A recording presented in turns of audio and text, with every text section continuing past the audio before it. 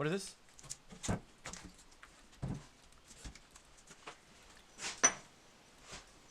I'm sorry, that was rude. It's gonna be a burger. I mean, dude. Just forget it.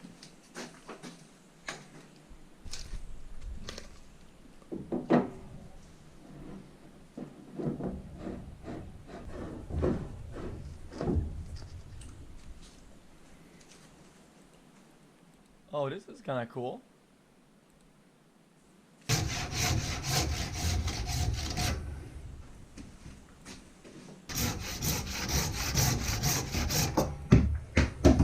Okay, so your take that skin equals healthy, right? As a joke, you're right. Skin doesn't mean healthy, but by default, a default skinny would be healthier than a default big. That's just how it is. Don't get me mad. Don't get mad at me. Don't get mad at me. As always, I said default.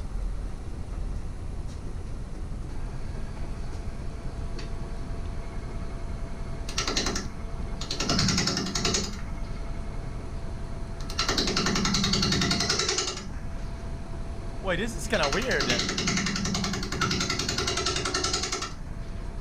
By default? Yeah. What? I wouldn't mind me rude. It's okay. Good.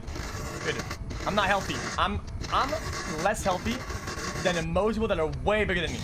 That's the reality of it. But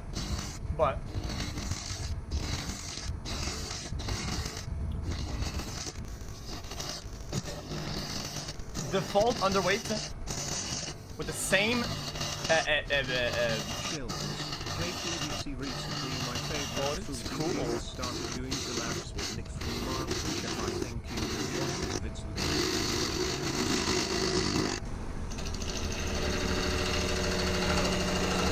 Wait, this is busting my eyes a little bit. Why am I watching you? Watch someone else.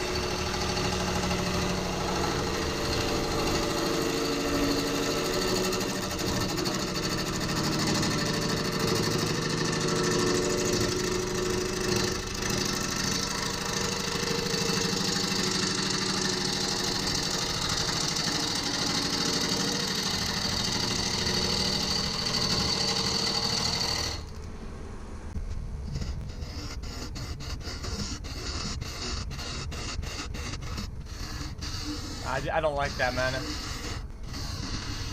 What if your thumb catches on a branch and your whole hand goes inside of the fucking thing and then your whole arm gets caught in and then you start spinning to the wall, man?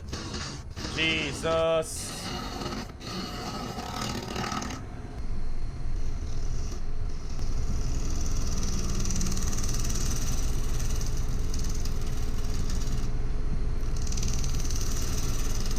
Guys, I've seen too much live leaking.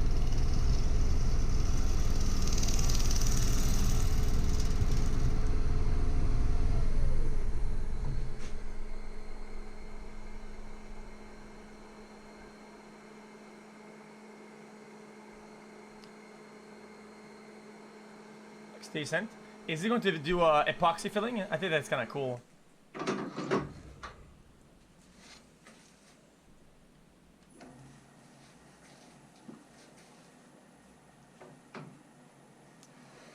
Not epoxy, but I think it's either epoxy or like resin filling. I think people are overdoing resin fillings a little bit because it's like hipster shit, like Instagram post type of garbage. But I think some of it is actually cool though.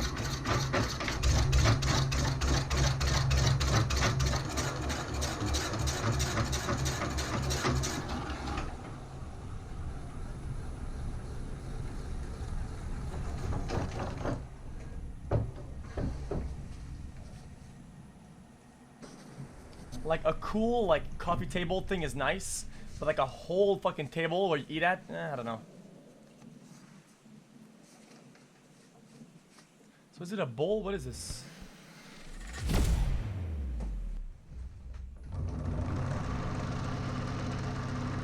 Huh? Those are rollerblades.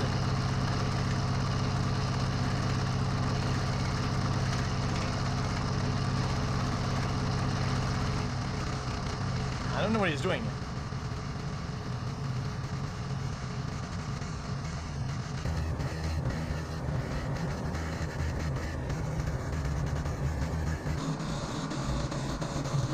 Oh, he's making a bowl.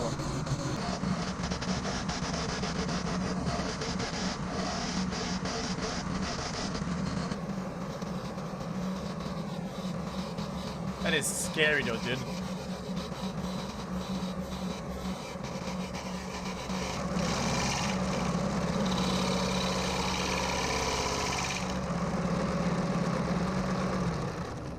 I don't see it. Interesting. This seems like a lot of work, dude.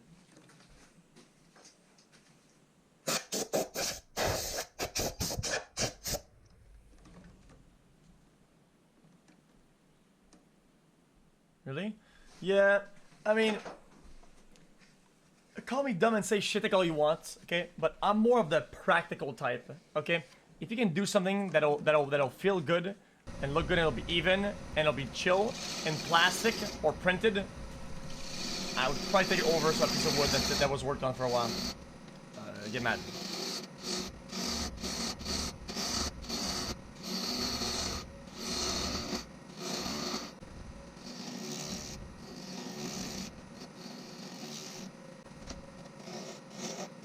My loss? Yeah, my loss. Hello, it's been 44 months now. Why? Really, why am I still here? Why am I watching you? Watch some...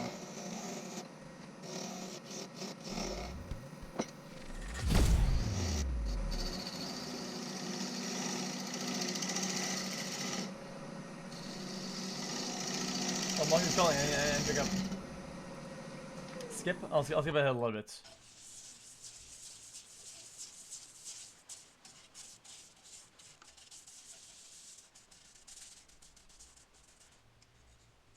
Huh?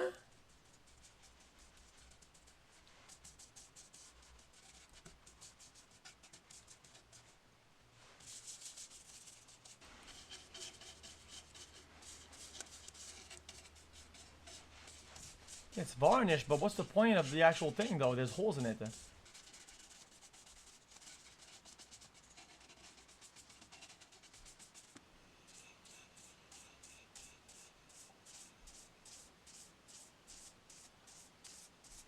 Is owning a McLaren practical?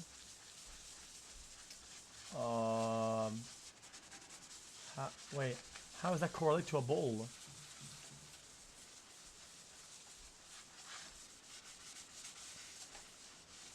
How do I compare a car to a bowl?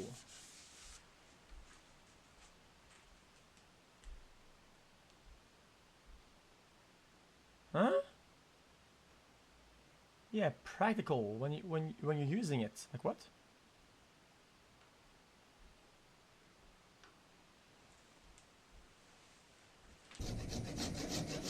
Are you done? It's practical when you use it. Nice wood. Also, what are we watching? How is the car not practical? It also goes from point A to point B.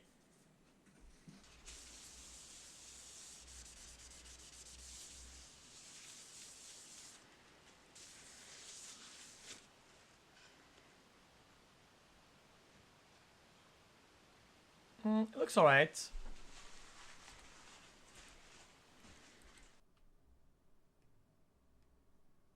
Looks alright.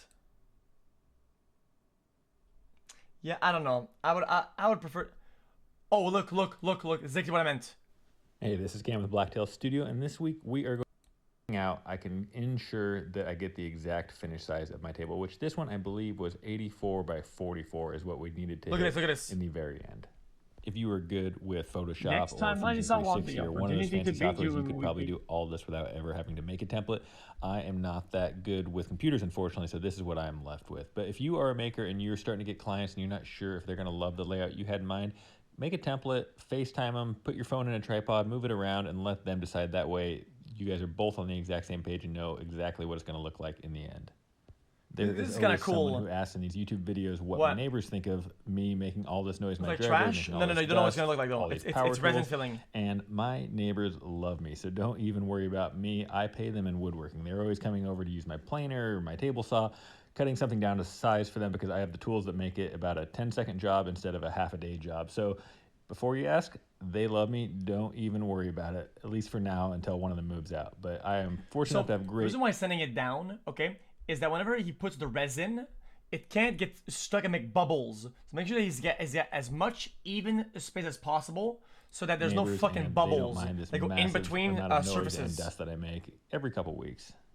Then it'll look very trashy. Here is I That's am why this removing all is the actually softwood, tough all the art. bark, all the rot, see, though. anything other than just good hard walnut, I'm getting rid of. And I really prefer the angle grinder and the wire wheel, but all those other tools in there I use to get into some of the tighter spaces. So just making sure that the epoxy has a really good hard surface to bond to. After I get all the bark and softwood removed, I need to go back and I need to seal everything with a faster drying epoxy. And you can use your deep pour epoxy for this, but it'll just take a couple days to cure. So I use one that cures in about 10 or 12 hours and just brush it on. And this is going to prevent any staining. I love the black epoxy. If you watch my videos regularly, you know that I almost always use black. And this Why, is was I going wrong? to really prevent any of No, that I wasn't black wrong. You'll see. visibility. He sends it more later, I'm pretty sure. Here, this is shellac, and this is in I case was any wrong. drips or spills on top of the wood. Again, will prevent that. Because I watch these all the black time. dye in the epoxy from Why staining does your the hair actual look wood. like coconut head from You Ned's always want to Declassified scuff today? up the layers between Looking like a epoxy rat pours if they are dog is totally on your cured like head. this one is. Look So like go scuffed back with a Super wire Zen. wheel. There's a porter cable restorer and a nylon wheel. Anything you can, I'm even his neighbor, we sandpaper or actually Scotch-Brite don't pad, like him just give very a good much. scuff to that glossy layer to ensure you get a really good bond between that and your deep pour resin. A couple weeks ago, I actually made an entire that? video dedicated to just making a leak-proof epoxy table mold, so I will include a link to that in the video description below. Also, maybe a month or two ago, I did an entire video on how to calculate exact... Well, art goes both ways. You can make art, take a piece of wood and do woodworking, but art is also making a cool layout and 3D printing it or making it produce through a machine. So that way you don't That's run also out art. in the middle of your pour and run All into of it is trouble. art. So all People that try to this limit will make art to sense certain if like you click craftsmanship the or whatever. link in the They're description just gatekeeping below on how to calculators. calculate exactly how much epoxy. Dumb And I did so morons. doing Literal a dumb morons. $3,000 105-liter pour. So Everything is art. all that information will be in the video description. I am pretty excited to announce that after about 6 months or so of being a regular customer except of for the liquid except for glass NFTs. epoxy, I am now officially a brand ambassador for them. So thanks to them for supporting my page. If you are looking for a good epoxy, it's the only epoxy I've purchased for the last 6 months or so, and it will be my epoxy going forward. So thanks so much If to them people didn't for buy allowing your me art to be a brand before ambassador of NFTs, their great why do you product. think they're buying it Do now? you ever use One of that the mop only on top things of you your can't head to fix clean the is floor? not- unmixed the answer is epoxy. not I get a because your art message is good. Every It week is or so not. from someone that says, It is not hey, it's because been a your art month and is my good. epoxy's still It has tacky, and absolutely that's to do with probably it. because it's not thoroughly mixed. So don't be afraid to overmix it. Really, really, really make sure you scrape the sides, scrape the bottom with a stick. Just really make sure it's entirely mixed. Another good tip, don't spatula out the epoxy in the bottom. You see, I'm just letting it drip out. I'm not scraping any excess epoxy out, and that's because any potentially unmixed epoxy is going to be on the sides or the bottom. So when you're doing it, make sure you scrape the sides, scrape the bottom of the slab down, and I ended up wasting about 8 or almost 10 liters of epoxy because it started to float, and then when I finally got the weight on it, that's how much epoxy started flowing out over the top. Uh-oh. This wasn't the harshest lesson I ever had to learn, but it was a good lesson on how to save some epoxy by clamping your pieces down.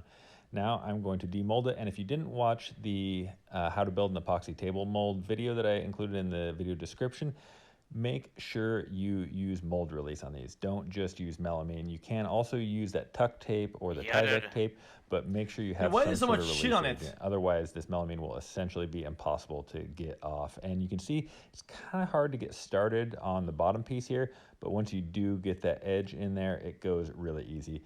And I just have a handful of these wooden wedges I made from 2x4s, work my way around the perimeter, and then it just pops off, and the whole bottom is actually quite smooth and slick from that mold release. As soon as I get this out of the mold, I'm taking it up to Creative Woodworking Northwest in Portland, and they are a big industrial shop that allows me to rent out time on their industrial planer and wide belt sander. It cost me about then he's gonna use a massive sanders to sand the whole thing down and grind the epoxy down flat. So to the wood level. If you don't have a Creative Woodworking near you, first of all, I would call around some cabinet shops and see if somebody will rent you time on the industrial machine, because this saves me so much time and gives me such a higher quality finish than if I had to use a router sled or something like that. So call around, see if there is an industrial shop that might rent some time out to you. If not, I did a blog on how to surface these pieces using like a router sled or something you can do in your shop, which is a lot more messy and not nearly as nice, but it's totally doable in a small shop. I have another new tip that I haven't done before, and this is for filling these small pits along the side. And what I have started doing is I use just a small V-groove type of gouge, and I actually make these holes larger. And it seems counter, but the small pits really are hard to fill. They're hard to get that epoxy to bond in that tiny little pit. That seems so what I've done is I start carving these grooves out slightly larger, and that ensures that it's able to take the epoxy a little bit easier than the tiny little micro pits that seem to get air trapped between the epoxy and the pit. So the little V-groove gouge works wonders for carving those out and then makes the touch-ups much better. On these wide slabs like this one, because this one did span the entire 44 inches in some places, I decided to add some Canadian Woodwork style C channels. And the ones I had today were actually ones that I made myself, but I usually do prefer to order them, and it's actually sold by Concept 13 now, who is affiliated with Canadian Woodworks. But here is how I make my own, and it's just some regular 2-inch by 1-inch by 1/4 inch C channel, cutting it here with my only metalworking tool I own, basically. And the nice thing about making your own is you get to make them the exact length you want, and then you get to cut the holes exactly where you want them. On these epoxy tables, it can be kind of hard to line up your holes since you don't really want to go to warm it up. And I like warming it up with the sander, and then the scraper makes it really, really easy. If you don't warm it up, it can be kind of brittle and actually pull it right out of those holes that you were filling. So sander works well to perfectly flat. And now I can go back and I can add my bevel, and before you say it, it's actually a chamfer, but most people don't know what a chamfer is. So that is what we're going to be doing, is we're going to be adding a 22-degree chamfer to the edge of this table, and I'll show you a pretty cool method using a track saw, since the chamfer I'm going to be adding is going to be too big for really any router bit. I would assume it is possible to do the same the entire way, otherwise your chamfer. So I'll show you how to make some shallow ones and then some deeper ones, and I will also find one quite like this, but ended up being pretty easy and actually worked really well. This is my Lee Nielsen low angle block plane, getting it nice and flat. Luckily, I have some perfectly matching wood, so I just cut off a bunch of it. One of the problems was I couldn't clamp it down because it was such a weird angle. So what I did was I used the Titebond 3 wood glue, got my 2 pieces that were both perfectly flat, and I actually just used painter's tape to hold it on, and I got it as snug as I possibly could, which was actually quite snug. Left it for 24 hours, and I came back, and it was just like one piece of wood in the end. Wait, what? I always love reading you guys' experiences woodworking that you leave in the comments, because so many of you out there have so much more woodworking experience than I do. So let me know in the comments a lesson you've learned. Maybe you're a 9-fingered woodworker that has a good safety tip for us. Maybe you've had an experience like this and how you salvaged it, because it's not just for me, it's everybody else watching the video that's also reading the comments. You might solve a problem, you might save a finger by giving a quick story, quick anecdote about something that happened to you and how you overcame it. And don't get me wrong, I don't want to compare a tiny busted corner with losing a finger, but this was something that wasn't really going to be acceptable. I didn't want to just put black epoxy in the corners that wouldn't have really matched anything.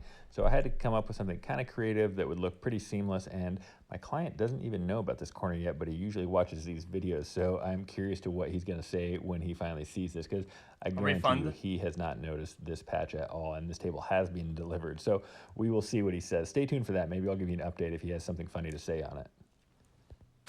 So that corner was a little bit of a hang-up, but now we're finally ready to move on with the rest of the build. I ate 6 hot dogs, yummy. After sanding too, I believe I actually sand up to 120 grit. Then I come back with my 1/8 inch router bit, my trim router, hit that top corner with that 1/8 inch round over, and then I continue up, back and forth, side to side, circular motion, making sure that it all looks the same kind of uniform frosted look before taking it to finish.